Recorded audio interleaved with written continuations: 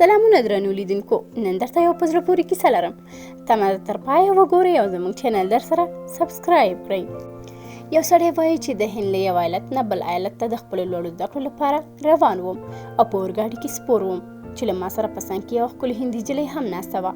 څو ساعته مو مزل وکړ، خو یو بل سره مو کومه خبره ونه کړه.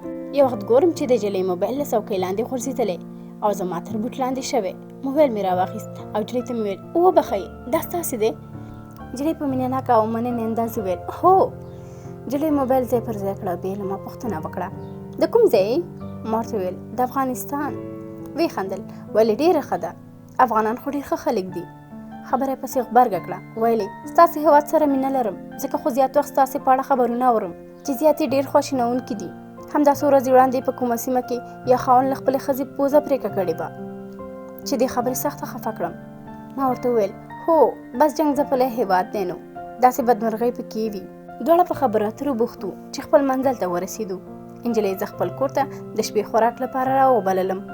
دا چې نجلۍ ښایسته او خبرو مې په زړه کې ځای نیولی و، نو ما یې هم بلنه رد نه کړه. کور ته یې ورغلم. په کور کې بوډۍ مور او پلار او کوچنی خور اوسېدل. د شپې ډوډۍ مو وخوړه. د حیرانتیا خبر خو دا وه چې کوم پوهنتون ته چې زه د زده کړې لپاره تللم، په هماغه پوهنتون کې دا نجلۍ محصله وه. بس هماغه و چې یو بل ته ډېر نږدې شوي وو. یو ځای به پوهنتون ته تللو او ډېر وخت به مو سره یو ځای تېروو. دا چې کله مو له یو بل سره بې انتها مینه پیدا شوه، هېڅ پرې پوه نه شوم. دواړه غوښتل چې واده وکړو. د نجلۍ کورنۍ ومنله، خو زما مور او پلار او ورونو زما په وړاندې ودرېدل او ماته یې د دې سره چې دا یوه مسلمانه نجلۍ وه، خو بیا هم د دې لپاره د واده کولو اجازه نه راکوله چې دا زما له هېواد او کور څخه نه وه.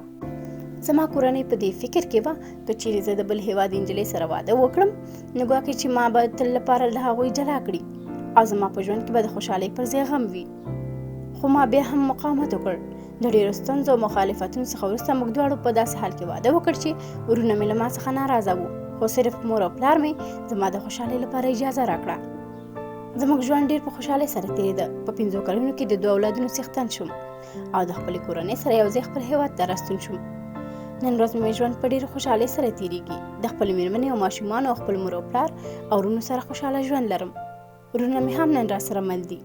هغوی هم په دې وپوهېدل که څه هم د ژوند همسفر د هېوادوال او کلیوال نه وي، خو که چېرې مو مینه رښتینې او ایمان مو قوي وي، نو تل به مو ګډ ژوند په خوشحالۍ سره تېرېږي.